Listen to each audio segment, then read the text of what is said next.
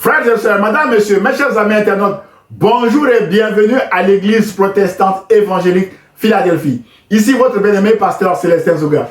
Je suis toujours dans la joie de partager la parole de Dieu avec vous, mes chers amis internautes. Nous sommes toujours dans notre série de messages sur la justice de Dieu. Mes chers amis internautes, frères et sœurs, dans cette série de messages, le socle de notre foi est que la justice et l'équité sont la base du trône de Dieu. D'après Psaume chapitre 89, verset 14, mes bien-aimés. Et notre deuxième verset dans cette série est « L'Éternel est juste dans toutes ses voies, mes chers amis internautes. » D'après le Psaume 145, verset 17. C'est pourquoi nous devons garder notre calme et faire confiance à la justice de Dieu lorsque nous traversons une situation injuste qui nous fait souffrir, mes bien-aimés. D'où le titre de notre message de ce matin qui est affiché à l'écran, la puissance du silence devant la justice de Dieu. Mes chers amis internautes, frères et sœurs, ce n'est pas toujours facile de rester calme ou de garder le silence lorsque nous subissons une injustice flagrante, mes bien-aimés. Souvent, nous avons tendance à râler ou à manifester notre mécontentement, notre mauvaise humeur par des plaintes et des récriminations afin que tout le monde autour de nous sache que nous sommes en train de vivre une situation injuste, mes chers amis internautes.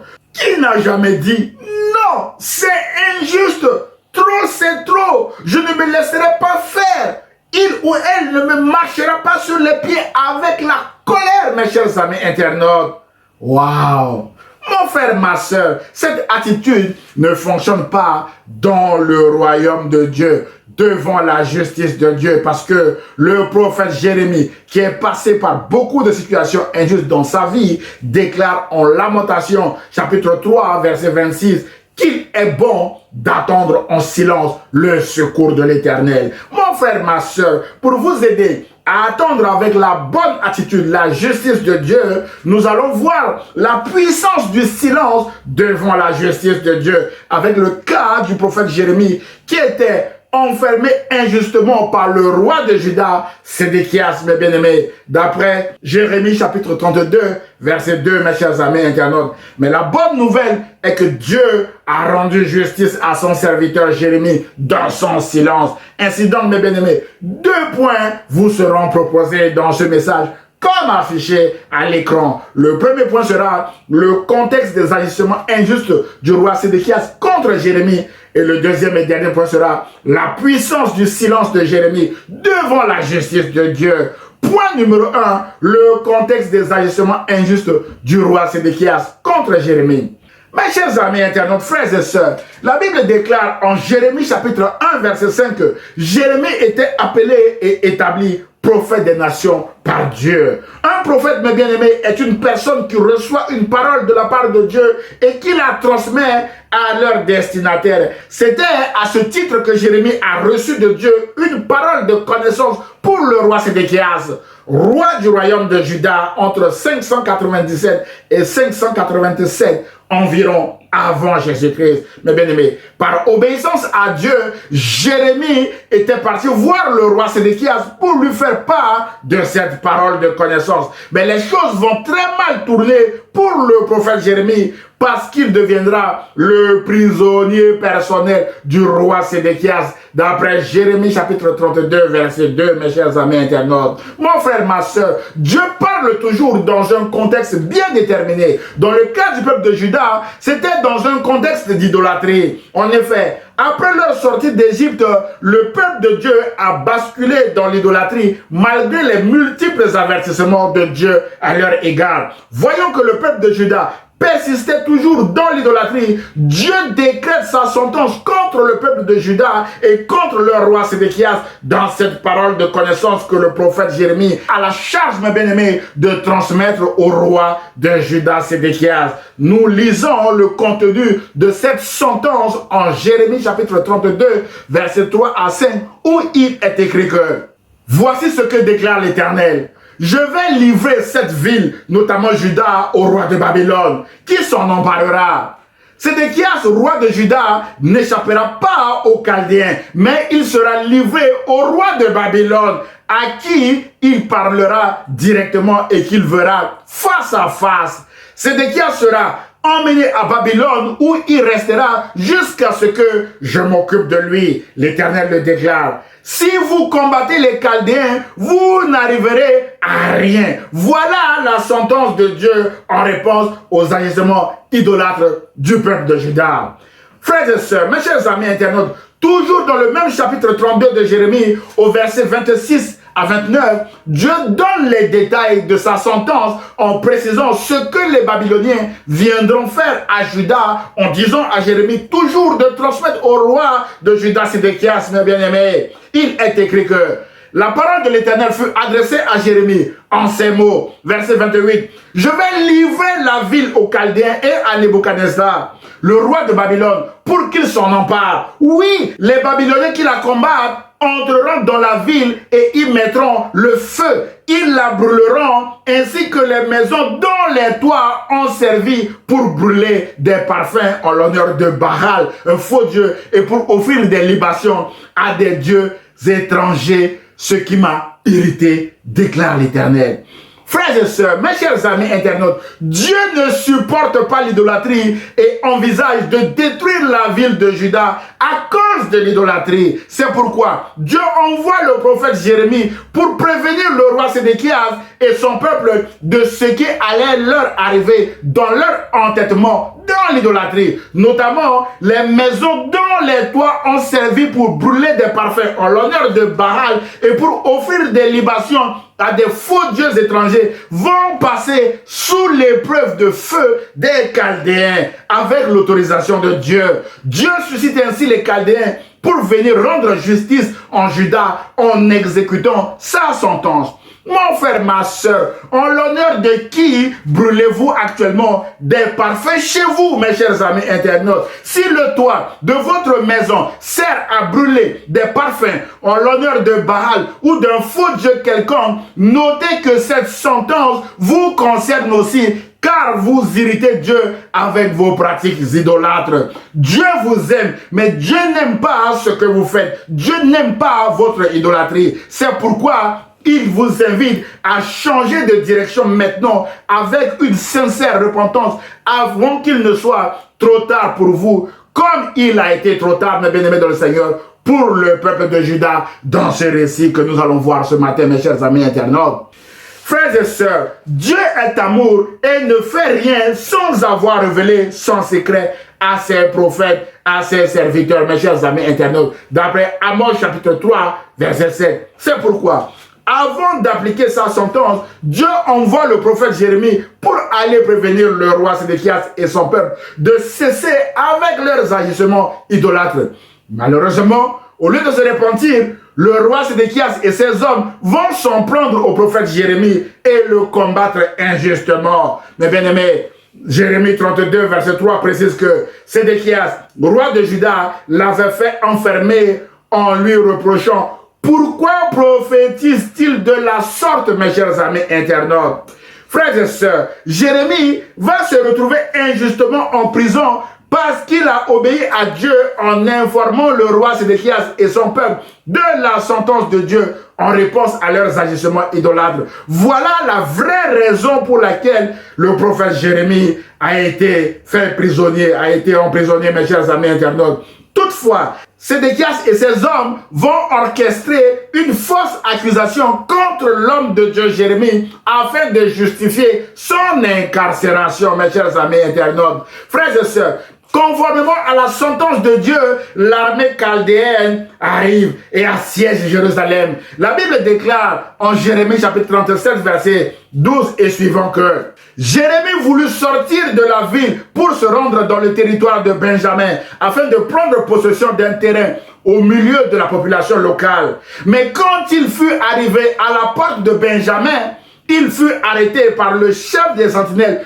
nommé Yiria, qui lui dit: tu veux passer aux Chaldéens? Jérémie lui répondit: c'est faux, je n'ai aucune intention de passer aux Chaldéens. Mais Yiria ne voulut rien entendre. Il se saisit de Jérémie et l'amena aux dirigeants. Ceux-ci s'emportèrent contre le prophète Jérémie, le firent battre et incarcérer dans la maison de Jonathan le secrétaire, qui avait été transformé en prison. Waouh, mes chers amis internautes. Mon frère, ma soeur, Jérémie voulait juste passer de Jérusalem à Benjamin. Il se fait arrêter et jeter en prison, accusé qu'il veut aller, mais bien aimé dans le Seigneur, rejoindre l'armée chaldéenne. Mon frère, ma soeur, à cause de cette prophétie qu'il a donnée au roi Sédéchias, le prophète Jérémie n'était plus libre de ses mouvements. Il était forcément accusé à un poste de contrôle, mais bien aimé dans le Seigneur, comme nous venons de le voir, de passer de Juda pour rejoindre le camp des envahisseurs chaldéens qui ont assiégé Jérusalem, ce qui lui vaudra son arrestation et son incarcération injuste. Mes chers amis internautes, frères et sœurs, à cause de cette accusation injuste, le prophète Jérémie sera mis au cachot. D'après Jérémie chapitre 37, versets 11 à 16. Il sera accusé de démoraliser les soldats de Sédéchias et le peuple de Juda, de ne pas combattre contre les Chaldéens. Waouh, mes chers amis internautes, c'est la prophétie donnée au roi Sédéchias qui se retourne maintenant contre Jérémie. Rappelez-vous que Dieu leur a dit en Jérémie 32, verset 5, que nous avons lu tout à l'heure, si vous combattez les Chaldéens, vous n'arriverez à rien. Ce n'est pas Jérémie qui l'a dit, il l'a dit de la part de Dieu. Mais Jérémie devient injustement responsable de cette prophétie et sera jeté, mes bien-aimés, dans une citerne afin de trouver la mort. Mais pris de remords, le roi Sédéchias change d'avis et ordonne qu'on le sorte. Et le prophète Jérémie sera injustement enfermé dans la cour de la prison qui était dans la maison du roi de Juda, Sédéchias. D'après Jérémie chapitre 32, verset 2. Mes chers amis internautes, autrement dit, Jérémie devient le prisonnier personnel du roi Sédéchias parce qu'il l'avait prévenu de la sentence que Dieu avait décrétée contre lui et contre son peuple. Mais bien aimé, dans toutes ces choses, Jérémie a gardé le silence et son calme dans cette prison de honte, sans blâmer Dieu, ni crier à l'injustice pour cette détention arbitraire, mes chers amis internautes. Mon frère, ma soeur, aujourd'hui encore, des familles sont en souffrance dans le monde à cause des détentions arbitraires. Des serviteurs de Dieu souffrent d'injustice à cause de l'évangile. Les enfants de Dieu sont injustement persécutés à cause de leurs identités chrétiennes. Mais la bonne nouvelle est que Dieu est la solution parce qu'il est juste dans toutes ses voies, mes bien-aimés. La Bible déclare en Daniel chapitre 2, verset 21 que c'est Dieu qui change les temps et les circonstances, qui renverse et établit les rois, mes chers amis. Le prophète Jérémie a parfaitement compris ce verset et a continué de placer sa confiance en Dieu dans cette prison de honte du roi Sédéchias. Jérémie continuera même de prophétiser dans cette prison injuste à la demande du roi Sédéchias qui refuse toujours d'écouter la voix de Dieu. D'après Jérémie chapitre 38, verset 17 à 20, mes bien-aimés dans le Seigneur. Alors, le prophète Jérémie va attendre en silence le secours de l'Éternel. Il a tout essayé. Il a parlé à Sédéchias. Il ne veut pas écouter. Il s'est fait prisonnier, mes bien-aimés dans le Seigneur. Il a gardé son silence et il attend le secours de l'Éternel. Mon frère, ma soeur, peut-être que vous subissez actuellement une situation injuste dans laquelle personne ne veut rien entendre de vous, comme Jérémie. Rappelez-vous qu'il est bon, mes bien-aimés, d'attendre en silence le secours de l'Éternel. Et le secours de l'Éternel arrive toujours au bon moment, mes chers amis internautes. Dieu n'est jamais en retard. C'est ce que nous allons voir maintenant dans le deuxième et dernier point de ce message, mes chers amis internautes. Point numéro 2, la puissance du silence de Jérémie devant la justice de Dieu. Mes chers amis internautes, frères et sœurs, Dieu n'est jamais en retard, nous l'avons dit, et Dieu protège toujours ses serviteurs. C'est pourquoi Jérémie a dit qu'il est bon d'attendre en silence le secours de l'Éternel. Il sait de quoi il parle, Jérémie, mais bien aimé dans le Seigneur. Et le secours de l'Éternel à Jérémie était arrivé au bon moment en Jérémie chapitre 39, versets 1 à 8, où la Bible déclare que la 9e année du règne de Sédéchias, roi de Juda, Nebuchadnezzar, roi de Babylone, vint avec son armée à Jérusalem et il en fit le siège.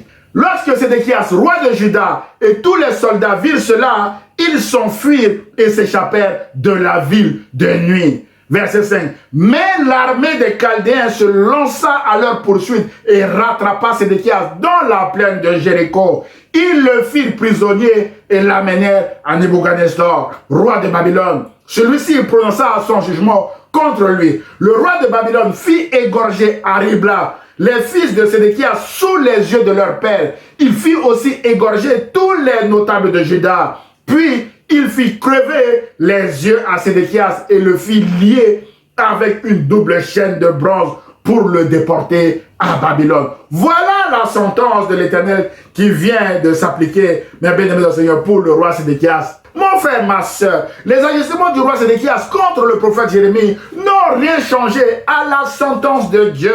Au verset 8, mes bien-aimés, il est écrit que les Chaldéens mirent le feu au palais royal et aux maisons des particuliers. Ils démantelèrent les remparts de la ville. Toutes les maisons d'idolâtrie, mes bien-aimés, sont brûlées et la déportation du peuple de Juda, de Jérusalem à Babylone, peut commencer comme Dieu l'avait annoncé, mes bien-aimés dans le Seigneur. Personne ne peut s'opposer au décret de Dieu, frères et sœurs. Du verset 9 à 14, mes bien-aimés, il est écrit que Nebuzaradan, chef de la garde royale, déporta à Babylone le reste de la population qui était demeurée dans la ville. Mais il laissa dans le pays de Juda une partie des pauvres de la population, des gens qui ne possédaient pas de biens, mes chers amis internautes. Tous les riches ont été déportés, ils n'avaient laissé que les pauvres. Alors, quel était le sort du prophète Jérémie qui était prisonnier du roi Sédéchias, mes chers amis internautes?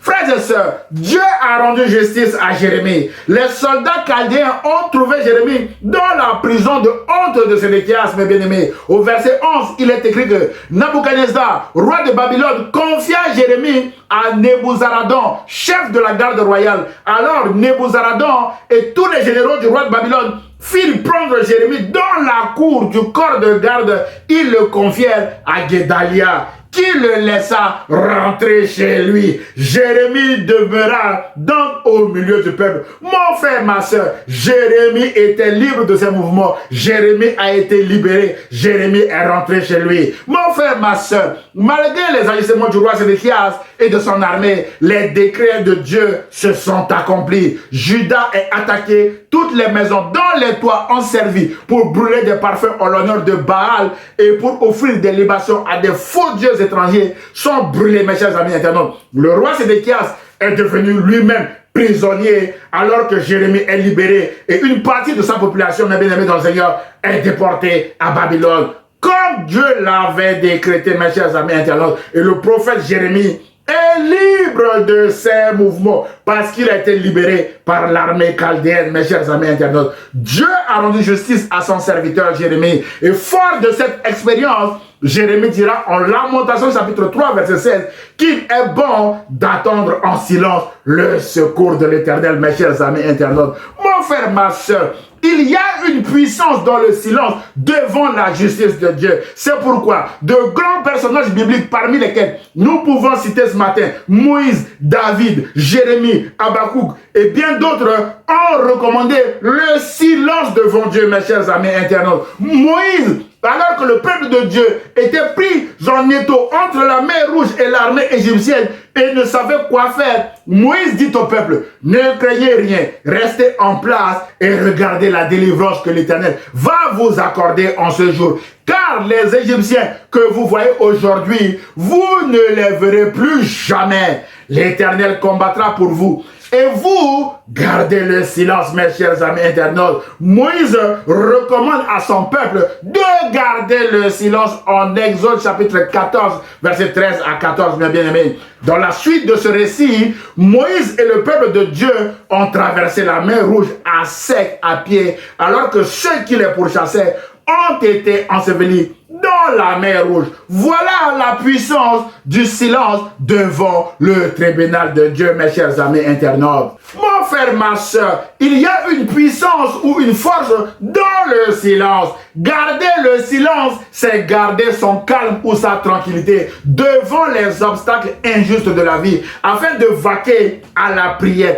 Car la prière seule ouvre la porte à Dieu de nous rendre justice, mes bien-aimés. Aussi, le silence est assimilé à la confiance en Dieu. En effet, lorsque nous avons confiance en Dieu, nous ne sommes plus paniqués devant n'importe quelle situation injuste de la vie, parce que nous savons que Dieu est au contrôle de tout. Rien n'échappe au contrôle de Dieu, mes chers amis internautes. C'est pourquoi il est écrit en Ésaïe chapitre 30 verset 15 que c'est dans la tranquillité et le repos que sera votre salut. C'est dans le calme et la confiance que sera votre force, mes chers amis internautes. Et dans la version de la Bible, parole de vie, ce verset devient: vous serez sauvés seulement en vous tournant vers Dieu et en restant calme. Votre seule force, la Bible dit bien, votre seule force, c'est de rester tranquille et de mettre votre confiance en Dieu. Mon frère, ma soeur, il y a une puissance dans le silence devant la justice de Dieu. De Moïse à Ésaïe, en passant par David, tous recommandent le silence devant des situations injustes. David déclare dans son célèbre psaume 37 que « Recommande ton sort à l'Éternel, mets en lui ta confiance et il agira. Il fera paraître ta justice comme la lumière et ton droit comme le soleil à son midi. Garde le silence devant l'Éternel et espère en lui. Ne t'irrite pas contre celui qui réussit dans ses voies, contre l'homme qui vient à bout de ses mauvais desseins. Laisse la colère, abandonne la fureur. Ne t'irrite pas, ce serait mal faire, mon frère. Encore un peu de temps et le méchant n'est plus, déclare David. Tu regardes le lieu où il était et il a disparu. Mon frère, ma soeur, gardez le silence devant l'Éternel. Vaquez à la prière et vous verrez la gloire de la justice de Dieu. Le méchant ne sera plus parce que Dieu vous aura rendu justice, mes chers amis internautes. Mon frère, ma soeur, Jésus aussi nous a beaucoup enseigné, mes bien-aimés du Seigneur, à garder le silence devant des situations injustes. Dans son procès injuste ayant conduit à sa crucifixion, Jésus a gardé le silence devant le souverain sacrificateur. En Matthieu chapitre 26, verset 59 à 64. Jésus a gardé le silence devant Ponce Pilate, d'après Matthieu chapitre 27, verset 11 à 14. Et Jésus a gardé le silence devant Hérode, d'après Luc chapitre 23, verset 8 à 12, mes bien-aimés de Seigneur. Et Pierre, qui était le témoin oculaire de toutes ces choses, nous déclare en 1 Pierre chapitre 2, verset 23 que lui qui injuriait ne rendait point d'injure, maltraité ne faisait point de menace, mais s'en remettait à celui qui juge justement, c'est-à-dire à Dieu. Et Dieu a rendu justice à Jésus en le ressuscitant des morts et en l'élevant souverainement au titre de Seigneur pour l'éternité, mes chers amis internautes. Et le résumé de toute la Bible est que Jésus-Christ est Seigneur, mes chers amis internautes. Toujours au titre de la justice de Dieu, Jésus reviendra comme roi pour juger le monde, mes chers amis internautes. Voilà la puissance du silence de Jésus devant la justice de Dieu, mes bien-aimés. Tous ces détracteurs sont confondus et Jésus reviendra pour juger le monde, mes chers amis internautes. La question est, êtes-vous prêts pour le retour de Jésus, mes chers amis internautes? Et Jésus est le modèle, mes bien-aimés, que nous devons imiter face aux situations injustes que nous traversons, mes bien-aimés, dans nos vies. En conclusion de notre message de ce matin, mon frère, ma soeur, il y a une puissance dans le silence devant le tribunal de Dieu, parce que Dieu voit tout et sait tout. Le psalmiste dit que, car la parole n'est pas sur ma langue que déjà, ô Éternel, tu la connais entièrement. D'après Somme chapitre 39, verset 4. Ainsi donc, mes bien-aimés, vous n'avez pas besoin de démontrer ou de prouver par un long discours la culpabilité de vos ennemis devant le tribunal de Dieu. Dieu le sait. Le prophète Jérémie déclare en Lamentation chapitre 3, verset 34 à 36 que quand on foule aux pieds tous les captifs du pays, quand on viole la justice humaine à la face du Très-Haut, quand on fait tort à autrui dans sa cause, le Seigneur ne le voit-il pas? Oui, mes bien-aimés, le Seigneur le voit et il va intervenir. C'est pourquoi Jérémie a dit qu'il est bon d'attendre en silence le secours de l'Éternel dans Lamentation chapitre 3, verset 26. Mon frère, ma soeur, Dieu voit tout ce que vous subissez actuellement comme injustice et son cœur ne prend pas plaisir à vos souffrances, mes chers amis internautes. Dieu entend aussi vos prières et vos appels au secours. C'est pourquoi gardez le silence devant Dieu, car votre silence relâche vos ennemis à la justice de Dieu. Ensuite, persévérez dans la prière, c'est alors que vous verrez la gloire de la justice de Dieu, comme Jérémie a vu la gloire de la justice de Dieu et comme Jésus lui-même a vu la gloire de la justice de Dieu, mes chers amis internautes. J'ose espérer que ce message vous a fait du bien, alors aimez-le, commentez-le et partagez-le à vos proches, mes chers amis internautes. Que Dieu vous bénisse et que Dieu vous rende aussi justice face à vos ennemis. Prions le Seigneur.